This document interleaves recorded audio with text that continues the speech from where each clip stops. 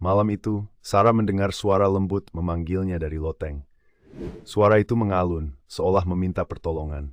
Dengan rasa penasaran yang mengalahkan ketakutan, dia mendekati tangga. Saat langkahnya perlahan menjejak, bayangan gelap menyelimuti lorong. Begitu tuh sampai di atas, angin berhembus kencang dan jendela terbuka, memicu suara itu semakin keras. "Tolong!" Bisikan itu semakin jelas, seakan berasal dari sudut ruangan. Sarah melihat ke arah suara itu dan mendapati sebuah kotak tua di sudut gelap. Ketika dia membukanya, wajah pucat muncul dari dalam. "Akhirnya, aku bebas." Suara itu bergetar. Sarah berbalik, tetapi sudah terlambat. Dia pun terjebak selamanya dalam kegelapan.